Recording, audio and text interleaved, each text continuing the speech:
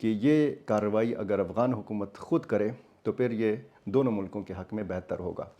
اب کالعدم T T P کے حوالے سے افغان حکومت کے اوپر پاکستان کا دباؤ جو ہے وہ بہت بڑھ رہا ہے۔ اچھا، وزیر اعظم نے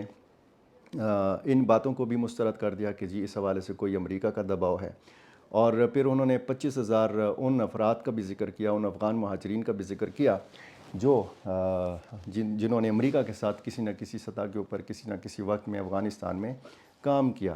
تو یہ ملک امریکہ جو ہے وہ اگر اپنے 25,000 وہ افغان مہاجرین جنہوں نے ان کے ساتھ کام کیا ان کو اگر لے جانا چاہتے تو وزیر اعظم پاکستان نے کہا کہ اس پہ کوئی پابندی نہیں ہے۔ کوئی بھی ملک جس کے ساتھ افغانوں نے کام کیا ہے وہ اگر ان کے لے جانے کے لیے تیار ہیں تو ہم ان کو واپس بھیجنے کے لیے تیار ہیں۔ اب اگر پیچھے رہ جانے والے افغان مہاجرین کی بات کی جائے اور پھر افغانستان اور پاکستان کے تعلقات کی نوعیت کے حوالے سے بات کی جائے تو پھر بہت مشکل صورتحال آنے والے دنوں میں نظر آ رہی ہے،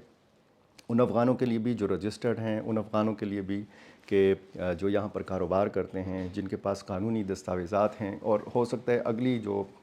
پالیسی ہے یا اگلا مرحلہ جو ہے ان کی واپسی کا وہ اس سے بھی سخت ہو جائے، کیونکہ اب تک کی صورتحال یہ ہے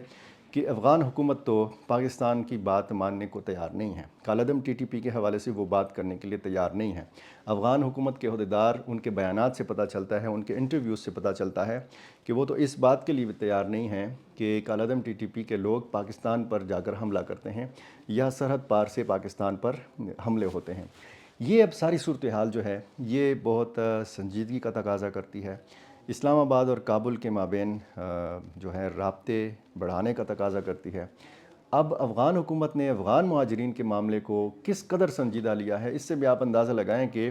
جب سے یہ سلسلہ شروع ہوا ہے کوئی اعلیٰ سطحی وفد کابل سے اسلام آباد نہیں آیا کہ یہاں پر ان سے بات چیت ہو۔ افغان جو وزیر خارجہ ہیں انہوں نے کہا کہ جی ہماری چین کے اندر ملاقات ہوئی پاکستانی حکام سے اور ان کے ساتھ وہاں پر بات چیت ہو گئی، تو ہمیں اسلام آباد جانے کی کیا ضرورت ہے، اسلام آباد جا کے بھی ہم نے وہی بات کرنی ہے جو ہم نے چین میں کی۔ دیکھیں اثر ہوتا ہے، دوروں کا اثر ہوتا ہے، پاکستان کی طرف سے جب کوئی اعلیٰ عہدیدار کابل جاتا ہے اس کا اثر ہوتا ہے، میڈیا ایکسپوجر ملتا ہے، اور اسی طرح اگر اس معاملے پر افغان مہاجرین کے معاملے پر ہی کوئی افغان عہدیدار پاکستان آئے، اسلام آباد آئے، یہاں کے حکام سے ملے بیٹھے بات کرے تو ہو سکتا ہے کوئی برف پگھلے، ہو سکتا ہے ان افغانوں کو کوئی ریلیف ملے جو اس ساری صورتحال سے پریشان ہیں۔ اب اگر افغان وزراء مسلسل بیانات دے رہے ہوں اور پاکستان کی طرف سے رد عمل نہ آئے تو یہ بھی کچھ حلقوں کے مطابق، کچھ لوگوں کے مطابق یہ بہت مشکل ہے۔ جیسے افغان عہدیداروں نے بیانات دیے اسی طرح کا رد عمل وزیر اعظم پاکستان نے دیا، اور اپنی پالیسی بہت واضح انداز میں انہوں نے رکھی کہ کوئی گنجائش نہیں ہے ان غیر ملکیوں کے لیے جو یہاں پر غیر ملکی جو غیر قانونی طور پر یہاں پر مقیم ہیں۔ انہوں نے اس سوال کا بھی جواب دیا کہ جی پشتون قومیت کے جو لوگ ہیں یا بلوچ قومیت کے جو لوگ ہیں وہ سرحد کے اس پار بھی ہیں اس پار بھی ہیں، آپس میں رشتے ہیں۔ تو وزیر اعظم پاکستان نے بڑا واضح انداز میں کہا ہے کہ اب یہ حقیقت سب کو تسلیم کر لینی چاہیے کہ افغانستان ایک الگ ملک ہے اور پاکستان ایک الگ ملک ہے، اور انہوں نے یہ بھی کہا کہ جو لوگ ہم پر الزام لگاتے تھے کہ ہم افغانستان کو 5ویں صوبے کے طور پر ٹریٹ کر رہے ہیں، اب وہ خود کہہ رہے ہیں کہ یہ آپس میں ایک ہیں،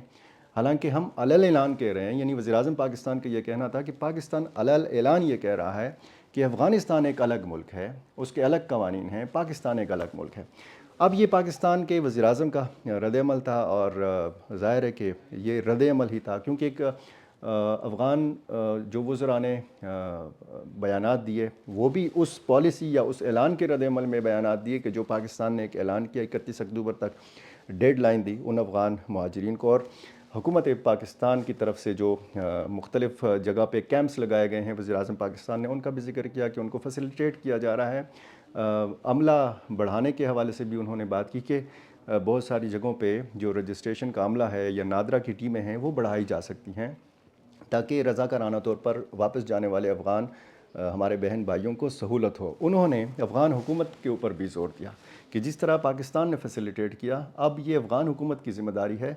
کہ ان افغانوں کا وہاں پر خیال رکھے کہ جو وہاں پر جا رہے ہیں، کہ جو وہاں پر ابھی ان کی آباد کاری ہوگی، وہاں پر وہ روزگار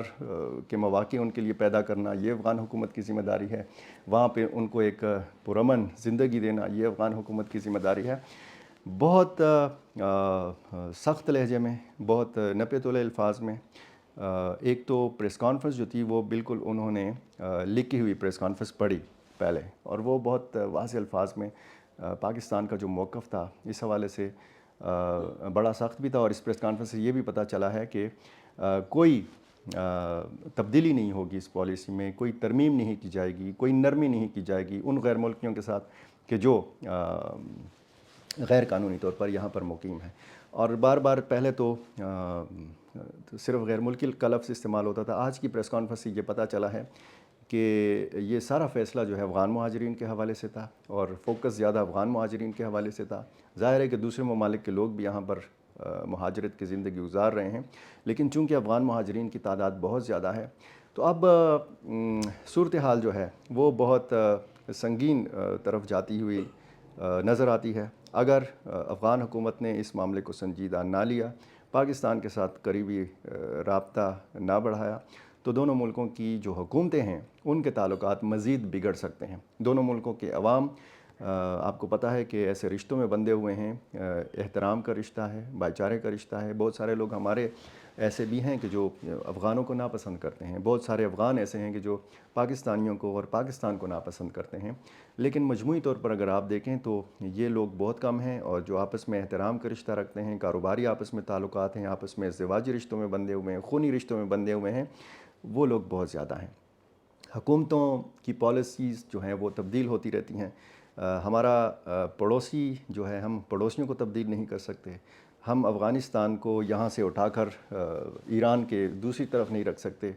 افغانستان یہ نہیں کر سکتا کہ پاکستان کو اٹھا کر انڈیا کے اس طرف لے جائے اور یا چین کی دوسری طرف لے جائے۔ دیکھیں، اگر جغرافیہ نہیں تبدیل ہو سکتا، اگر ہم اپنے پڑوسی نہیں تبدیل کر سکتے، تو ہم کم از کم اتنا کر سکتے ہیں کہ ہم اپنے تعلقات کو بہتر بنا سکتے ہیں۔ سخت بیانات سے ہمیشہ میں نے دیکھا ہے اپنے صحافتی کیریئر میں کہ حالات مزید بگڑتے ہیں، بگاڑ کی طرف حالات جاتے ہیں۔ اس بگاڑ کو روکنا ہے اور ایسا خیر سگالی کا ایک جذبہ پیدا کرنا ہے تاکہ دونوں ملک قریب آئیں، دونوں ملکوں کے مابین جو غلط فہمیاں ہیں وہ دور ہوں، دونوں ملک ایک دوسرے کی مجبوریوں کو سمجھیں،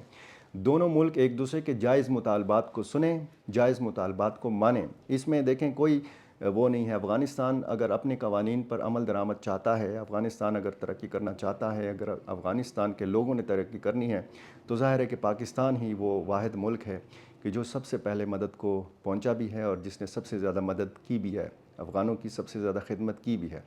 اب اگر پاکستان کو کسی مغربی سائٹ سے مدد کی ضرورت ہے تجارت کے حوالے سے، تو ظاہر ہے کہ افغانستان کی اپنی ایک اہمیت ہے، اور پاکستان یہ بھی سمجھتا ہے کہ ایک مستحکم، ایک پرامن افغانستان جو ہے وہ بھی پاکستان کے مفاد میں ہے۔ افغان خوشحال ہوں گے، افغان ترقی کریں گے، تو ظاہر ہے کہ اس کے اثرات پاکستان کے اوپر پڑیں گے۔ اب کوشش یہ ہونی چاہیے کہ دونوں ملک جو ہیں غلط فہمیوں کا خاتمہ کریں، سخت بیانات سے گریز کریں، اور وہاں سے اب وزیر اعظم انوار الحق کاکڑ کے اس پریس کانفرنس کے رد عمل میں کابل سے کس قسم کے بیانات آتے ہیں، اس کا انتظار رہے گا۔